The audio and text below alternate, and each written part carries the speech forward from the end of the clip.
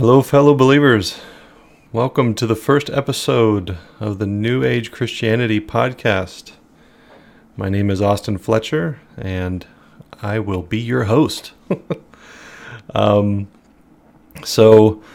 lot of you who are hearing this have been involved with New Age Christianity for a while, and this podcast is highly anticipated, and it's in our attempt to make this message more easily available. And some of you who are hearing this is your introduction to New Age Christianity. Somebody shared this with you. You have no clue what New Age Christianity even is, and the name intrigues you.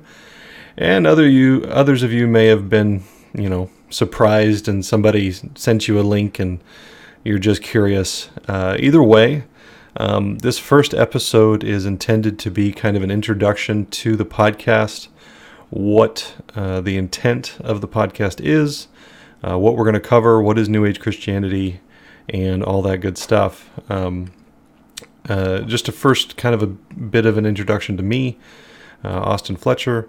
I have been a seeker of truth for my whole life, and the last 15 years, the Lord has had me on a journey that has culminated to get me here, where I am teaching on New Age Christianity. As you'll learn, a lot of things I teach have one perspective on the surface, and as you go deeper, you realize that it maybe not was what you thought when you first heard it. Even the name New Age Christianity is meant to be a bit edgy. It's meant to portray a bit more than is what really is there. Obviously, a lot of people, the moment they hear New Age Christianity, they think, oh, this is a Christian guy or a Christian group of people that has melded their beliefs with the New Age beliefs. And while there will certainly be components of that, no doubt, especially depending on who you are, you may hear certain things and say, oh, yep, that's definitely New Age. For the most part, it has nothing to do with New Age as a religion.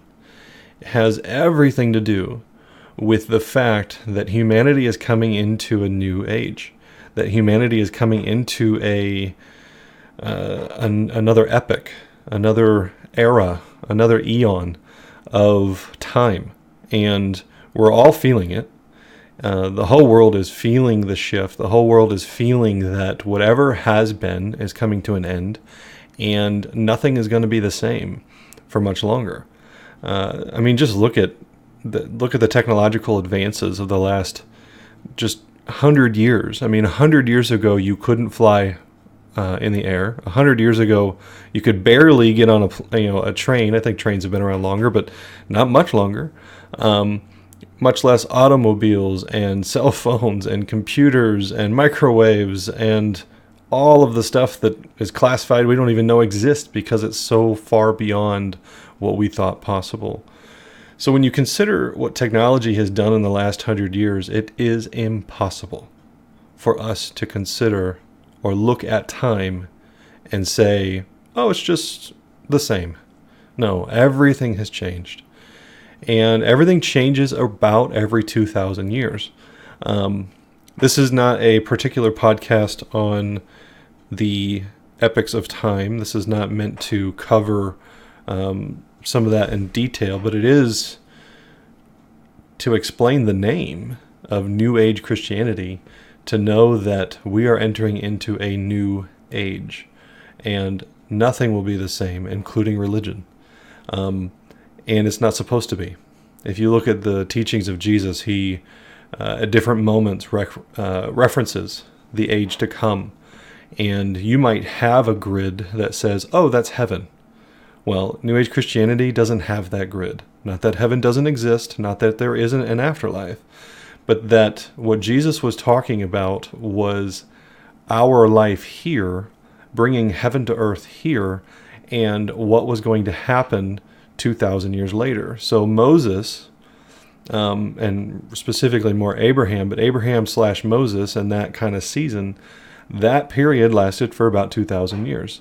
and the Old Covenant and the age and the time of Moses and Abraham ruled the religious understanding of the world. And if it wasn't the Jews, it was still the same kind of law-based understanding all over the planet. And then Jesus came 2,000 years later, as the scripture says, in the fullness of time. When the time was right, the age changed again.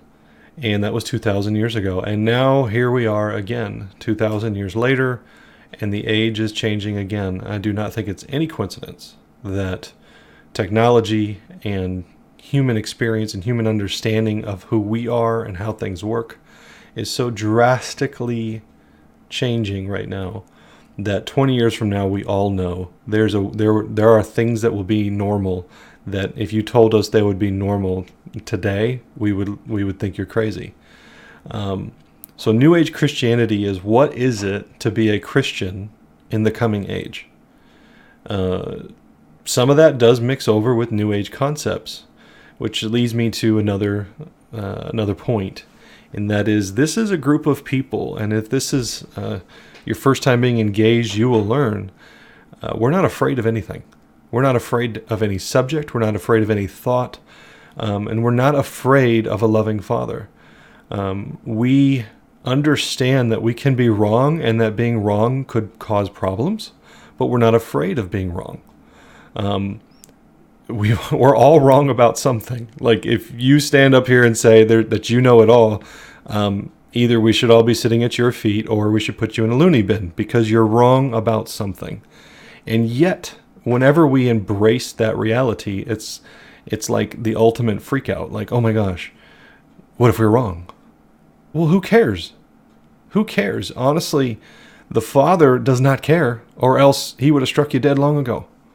Like, that's the point of growth. If you knew everything, you wouldn't need to grow. So being wrong is actually part of the equation. So we aren't afraid of asking questions. We're not afraid of coming up with the wrong conclusions that we changed 6 months later and go, well, that was dumb, right?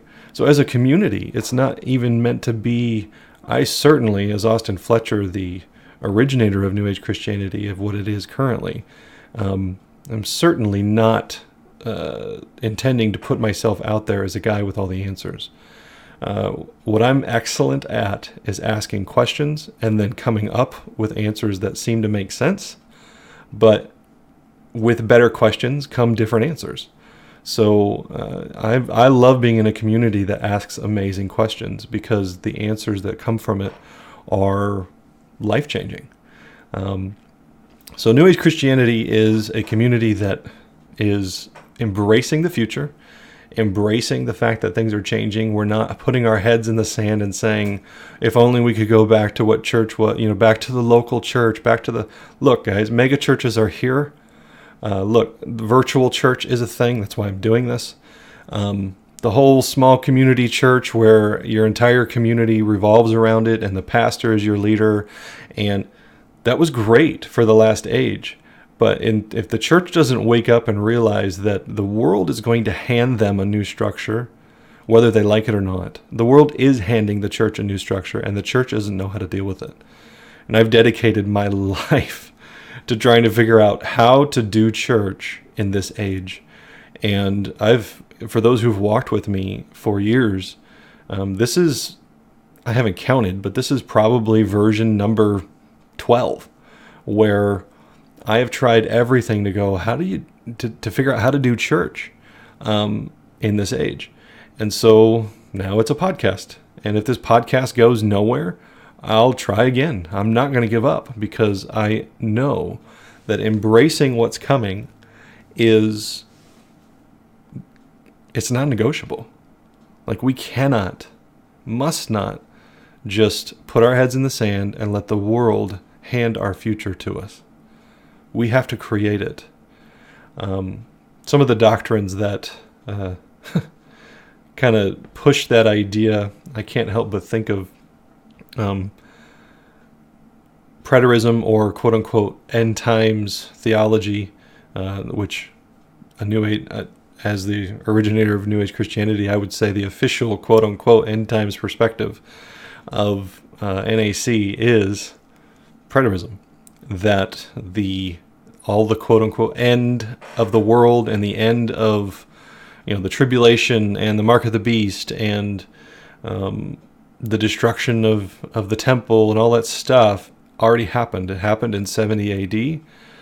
If you've never heard of preterism, if you have no clue what I'm talking about, it's okay. We'll do an overview in one of the early first episodes. And between now and then, you can feel free to go to theepic.org. There's plenty of information there. I think there's definitely going to be some blogs on newagechristianity.org. And then at the very least, you can look at books like Raptureless or Victorious Eschatology, just different resources that are out there. Jonathan Welton, Jamie Englehart, Lynn Hiles, plenty of teachers that understand a victorious future. And to have a victorious future, you have to be able to put those prophecies from Scripture in somewhere. And the answer is in 70 AD. Since 70 AD, there has never been another high priest. There's never been another sacrifice. There's never been another temple. That's when the end of the age of Moses came and went. So when Jesus talks about the end of the world, when the apostles talks about the end of the world, first of all, they never use the word cosmos. They never talk about the end of the universe in any way, like we often think. The word they used was either the end of the age or the end of their known world, in the sense of like, quote unquote, my world is over. My world is coming to an end. It's a figure of speech. And when they use that, their Jewish, Mosaic, Abrahamic covenant, old covenant came to an end. And there's never been a resurrection of that covenant. So that's one of the core ideas, is that we actually have a future. It's crazy, right? Like the church is here to stay. The church is here for a reason. And that if we embrace our mission and our vision, we might actually help make the world a better place. Instead of embracing a get out of Dodge theology that says our job is to leave, which isn't even a job. It's so incredibly powerless. And here's the deal. If we're wrong, great. Then we're still going to change the world on the way to being wrong. But if I've learned anything, it's that rapture theology and futurist theology leaves the church powerless. And that is most certainly not the goal here, which then leads to the second kind of driver. So we have hope for the future. Because we have hope for the future, my personal passion is that the church gets its act together and starts doing stuff. Right? Let's do stuff. And missions trips are great. But I don't think any of us would disagree that it would be really, really, really convenient if the people who owned Microsoft or Apple or Facebook or any of those, the owners of, pick any major company, any major stock trading company, any major bank, any major entertainment company, like, wouldn't it be nice if those people were kingdom believers? Like, kingdom believers have kept themselves occupied with feeding the hungry, clothing the poor, looking after widows, and so on and so forth, which is obviously very biblical. Please do not assume that I am saying we shouldn't do that. But that's like all we've done. And we have viewed helping people, the downtrodden, as our mission, when in reality our mission is to rule the world for light and for love and for the kingdom. And so when I say doing stuff, that the passion of New Age Christianity is to come together as a community and then do stuff with what we have, I don't just mean missions trips and soup kitchens. Would that be amazing? Of course. It's life-changing not only for the people that you do it for, but it's also life-changing for the people who do it. When you go on a missions trip, you never come back the same. So let's do that. But let's also build businesses together. Let's invent stuff. Let's solve problems that the world has, whether it be water or power or pollution or whatever. Let's come together and kingdom this thing, man. Let's do this, to the point of when we gather, we don't just gather to learn. We actually gather to ideate, and we gather to iterate the things that we're working on. One of the features on the website hasn't yet been activated, but it will be soon, is if you're familiar with GoFundMe, we've actually purchased a feature for the website where if you have an idea or a project, you have whether it is missions trip or whatever, you can actually submit that to the community, and the community can help fund it. And all the funds would flow through NAC, where I registered nonprofit under Category 5 Ministries.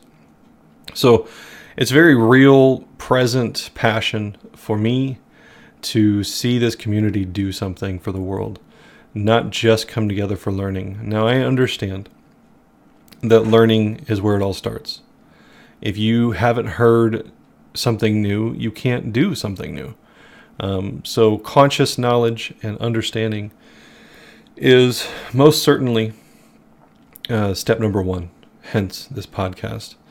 And then finally, there's kind of, the three core ideas. So one being hope for the future, two being that we actually come together to do stuff. And the third major idea is we want a culture of honor. I love Danny Silk. I love his book, Culture of Honor, and his other book, Keep Your Love On. Look, because none of us are 100% right, because we're all trying to figure out what the crap to do with all this stuff, like, let's honor each other. Is it okay if I'm wrong? Like, do you need to crucify me on Facebook because I had a wrong conclusion or a conclusion you disagree with? No, you don't.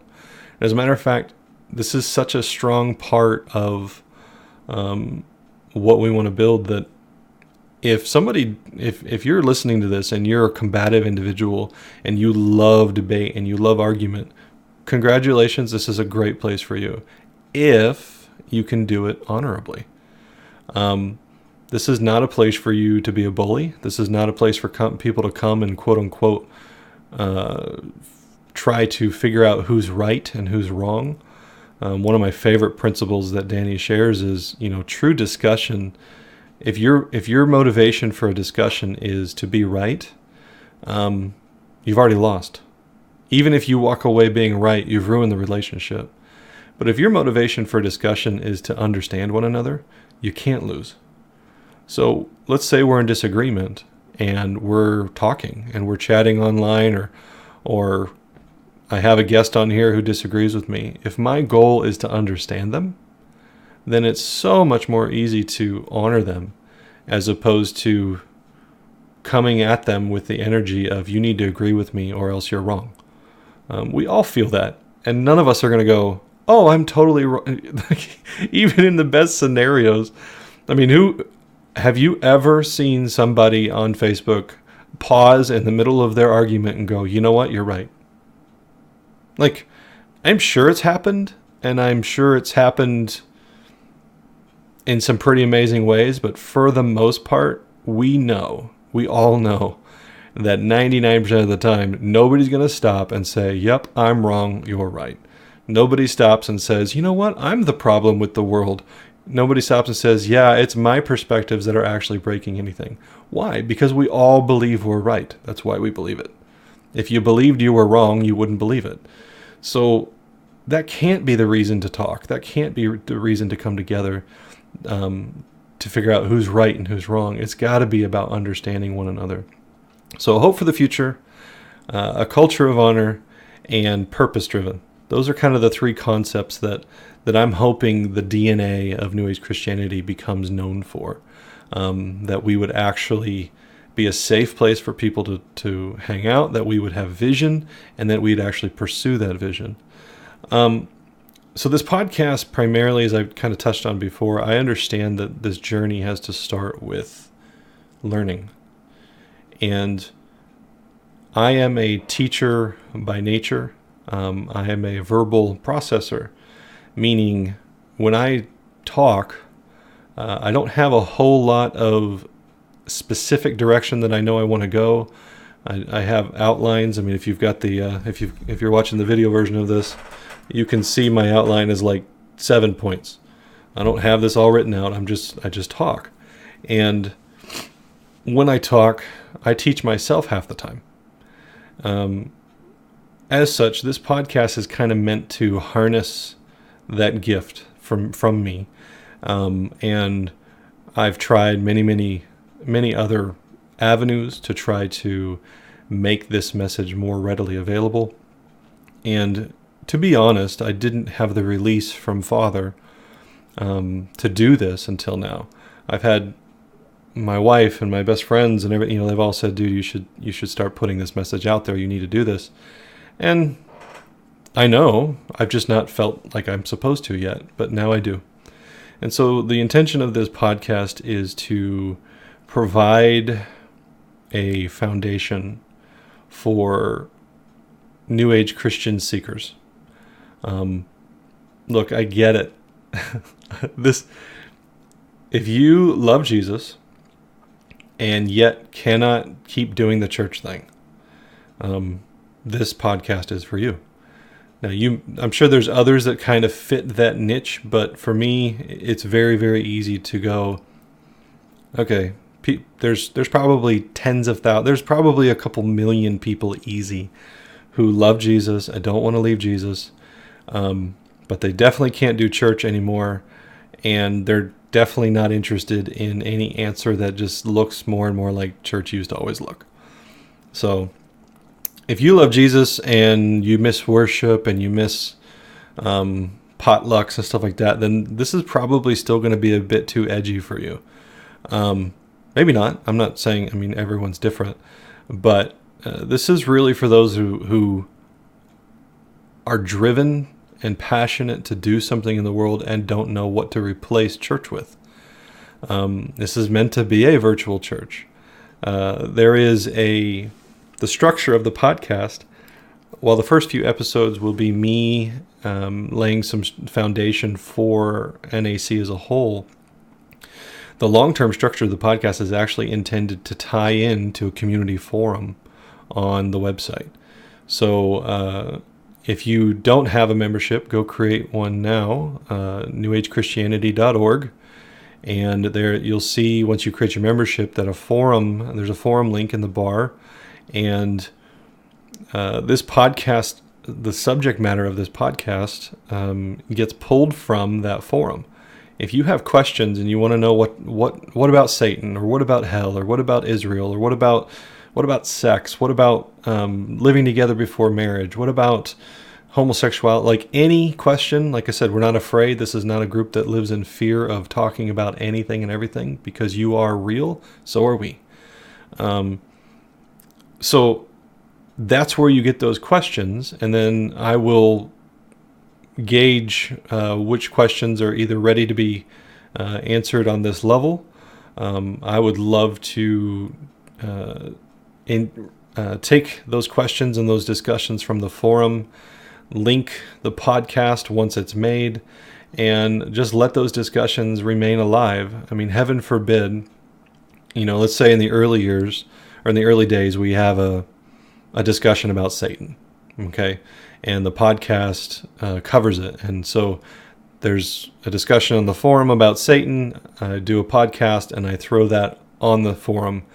And then let's say somebody new shows up 2 years from now and has the same question, and they go to that discussion on the forum, and let's say they're not satisfied with the answer, and then they restart the discussion. There's no illusions that we only need to talk about Satan once. There's no illusions that we only need to talk about anything once. We're growing. Our understanding is growing. And that's why you need a vibrant community. That's why you need engagement. That's why I have no interest in just recording these things and then, I could very easily, I'll just go listen to the podcast. There will be certain pieces of that by all means. And it'll be nice to have things recorded. But learning is a living process. And I need a community around me to learn with me. And so hopefully you're the type that enjoys engaging, and I would really, really enjoy that forum. Once again, let's say you have a discussion about Satan that's going a lot, and we decide to do a podcast. I'd love to have certain guest speakers on here, do some interview concepts, and just really keep the content relevant. So I don't know of any other podcast that connects their content with a community forum like that, but that is the major intention. Virtual church, and kind of the magic formula I've been searching for, is that this virtual church, whatever it becomes, it needs to provide three things. It needs to provide community, it needs to provide learning, and it needs to provide action. A community that just comes together and learns but doesn't do anything in the world hasn't gotten the message. A community that's highly active but they aren't growing at all, once again, hasn't gotten the message. A community that's growing, or a bunch of stuff happening and people growing, but there's no relationship, you have to have all three. And so until we unlock that formula, we're going to keep adding or taking away features. If we get into this and the podcast has been listened to by 4 people and nobody likes it, we'll stop it. I don't think that will be the case. I think the podcast will probably end up being a piece of cornerstone content, but maybe not. So I intend to write some books. I intend to do some classes and elevate some other communicators that communicate a lot of the same ideas. So there's a lot more to come, but the goal of this podcast is to specifically tie into a community forum where the subjects that are covered come from that forum. So by all means, create your account, newagechristianity.org. It's a free account. Log in and ask your question. I reserve the right to ignore certain questions. I reserve the right to skip to questions that are very popular. So just because you ask a question doesn't mean I guarantee it will be covered on this podcast, because there's a lot of questions. We would need a lot of time. Nonetheless, please ask your questions, go engage with the discussion, and join the community. The intended frequency of this podcast is, at this point, is weekly. I hesitate to lock anything in, given that life happens. But I know that regular frequency is very useful for a cadence in life. Energetically, we kind of need that expectation. I fought that for years because a cadence can also breed complacency. And people go to church every Sunday morning, and some of the most complacent Christians are the ones who are the most faithful to go all the time. So I hesitate, but at the same time, I think the benefits outweigh the pros outweigh the cons. So the intention is that you would be able to listen to this podcast every Sunday morning. That they'll come out Saturday night at some point, and then in the mornings, if you so desire, because you're one of those people that loves Jesus but can't do church, that you would just pop in the podcast and listen to the latest discussion. So as I said, I reserve the right to make changes as needed. But right now, I think that seems like the right way forward, and we'll just see where it goes. The places where you should be able to get this podcast. I haven't officially decided all the platforms, but whether it's iTunes, SoundCloud, Google Playlist, maybe even I don't know about Spotify, but you'll be able to obviously get it from the website directly, but there's different players that Stitcher is another one. If you already have memberships, this should be tying into that as well. And, the goal for those of you who have been around for a while is, I know it's been difficult to share what you're learning. For better or worse, humanity is stuck in some really poorly thought out ideas, and to unstuck humanity, it requires, in some cases, a really lengthy amount of processing. If I were to tell you right out of the gate that I don't believe in hell, or I don't believe in Satan, I don't believe in death, I don't believe in the coming end of the world, I don't believe in sin, I don't believe, all of those things are true, and I don't mean to, if this is your first time, please understand, if anything is true, there's a way in which it is true. So, just because I say I don't believe in the devil doesn't mean I don't believe in darkness. It doesn't believe I don't believe in demons. It doesn't believe I don't believe that there is something very powerful that we're dealing with, and we can call him the devil. What I mean is, I don't believe in many, many things that have been frameworked and framed. That's probably a better way to say it. You'll notice when I'm processing that I say a lot of things weirdly. So I don't believe in the idea of the devil that has been framed as the world has framed it. So, yeah, it's a bit edgy for me to say, I don't believe in the devil. But it's meant to kind of kick you back off of your seat a little bit and get your attention. Because then we can have a real discussion about, so is there really a being powerful enough to mount an eternal offensive against God himself? Like, does that make any sense in any definition you have of God? Like, if God is all powerful and God is everything and everywhere, then that would have to make him the devil. Either that, or God is not everything and everywhere, and so then God's not God. So literally, to have a definition of the devil that currently exists, if you walk it through logically, then either God has to be the devil, which makes no sense, or God has to not be God, which makes no sense. Because if God is everywhere and everything, he would have to be the devil.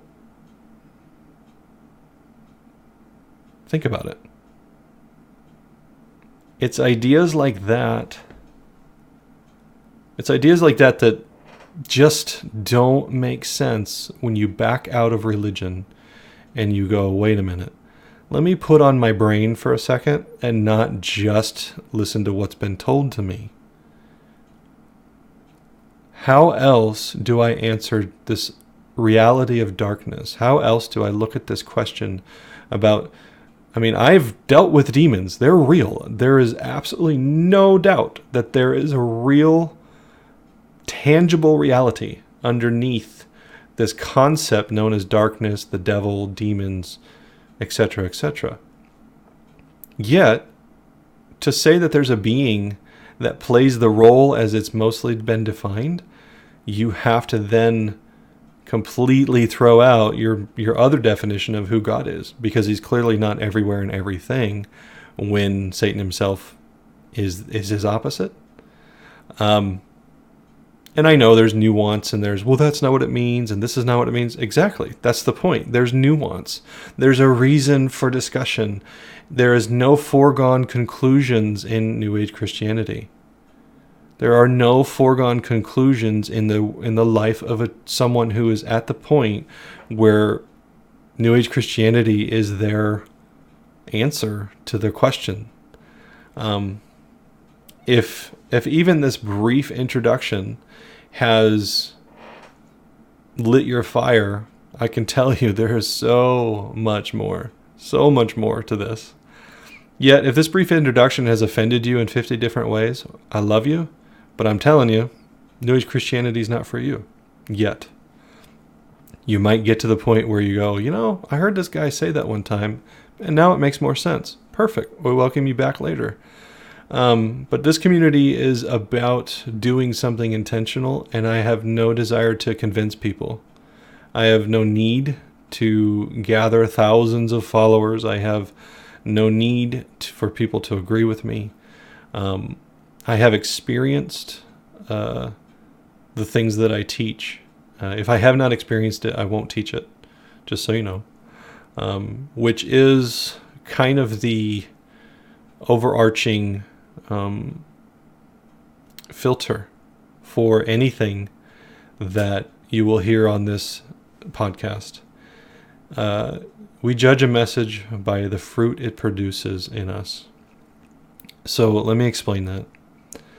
Jesus, I don't think anybody would argue, even heathens, pagans, non-believers, Nobody would argue that what Jesus taught was off base, that it was partial truths, or everyone would say that what Jesus taught was amazingly beautiful, right? And yet, one of his primary disciples, Judas, took what Jesus taught and developed a set of beliefs, for whatever reason, that caused him to betray Jesus in the end. So if you think that all you need to do is find the right teachings,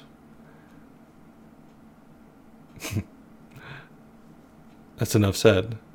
Like, it's not about the teaching. It's about the soil.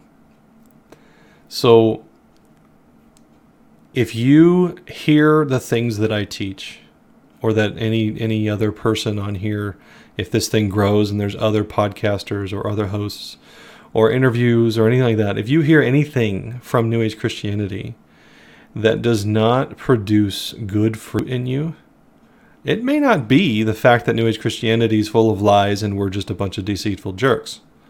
It may be that you weren't ready for that particular message. People think that if they get all the answers right, everyone will agree with them and everyone's lives will be amazingly, heavenly, blah, blah, blah. Well, tell that to Jesus, because that doesn't happen.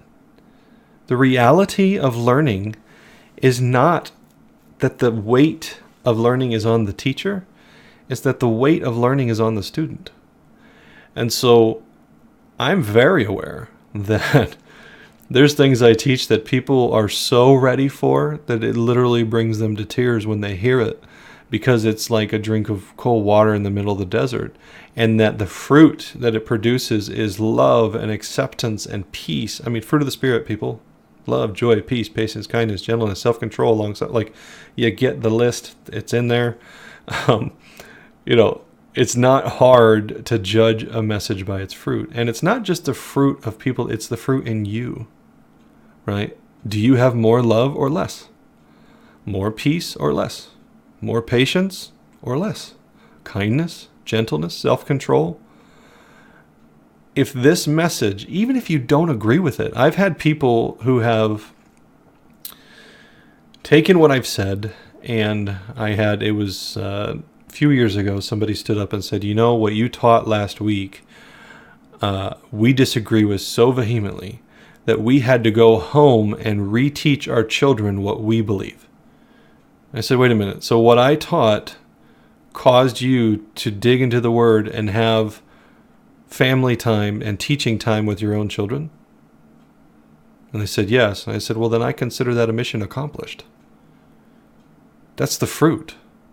Like, whether you agree with me, I mean, come on. Like, that is so not the point.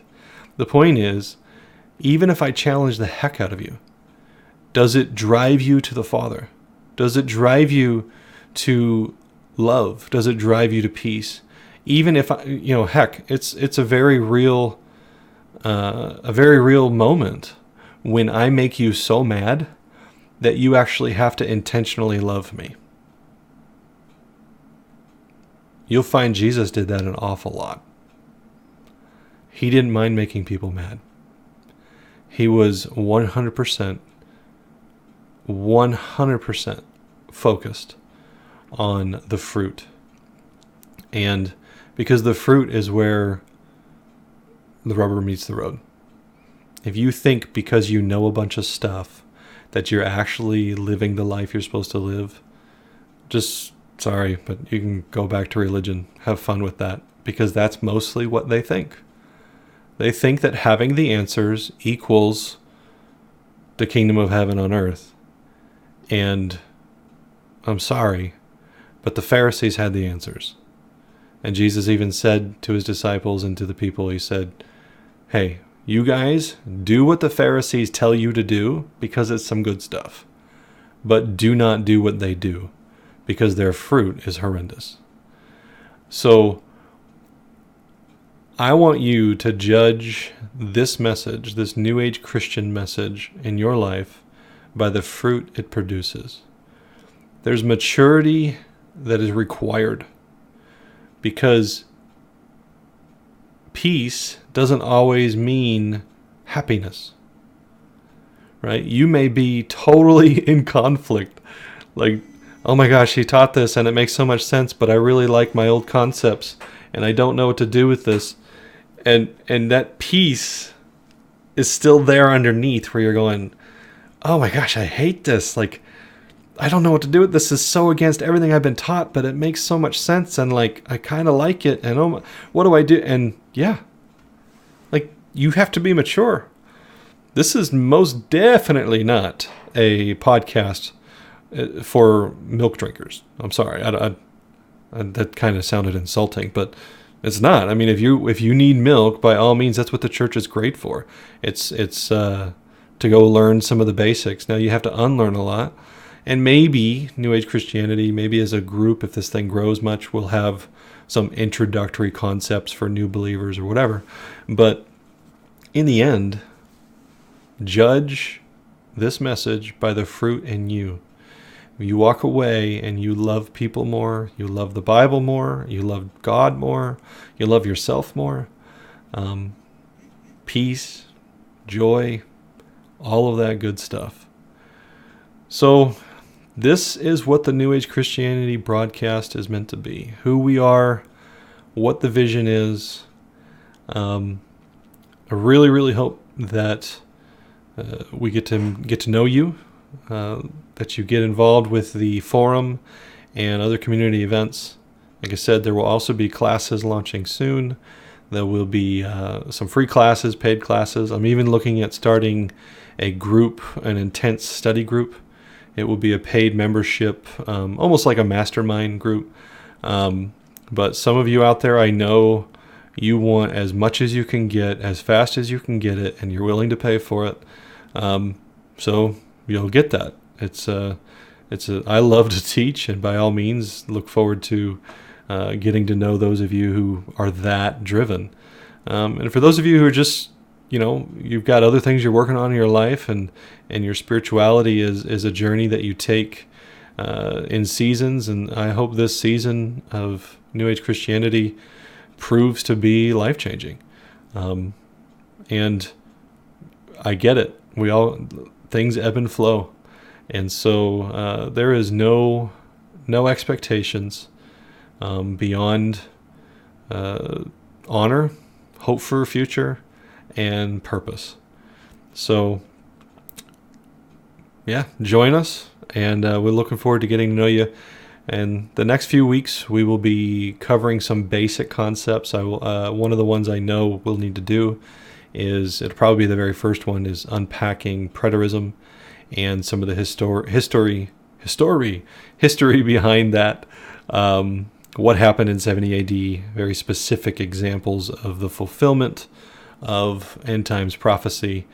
And then we will likely do a few more episodes around some basic concepts for New Age Christianity. By that point, hopefully the forum will be launched and active, and we can start getting relevant topics for the community up on the podcast and just keep the conversation going. Love you guys. Thank you for your time. Thank you for honoring me with your time. I know in the world we live in, this is precious stuff, and we're trying to figure out how to bring truth to you in a way that is relevant for the modern life. And one last thing, if you have any ideas, or you're one that's been thinking of this, like, man, it would be great if I could get teachings in this way, or I could engage with the community in this way, I am 100% all ears, because I've been trying to figure this thing for 15 years, and I've figured out about a dozen ways how not to do it.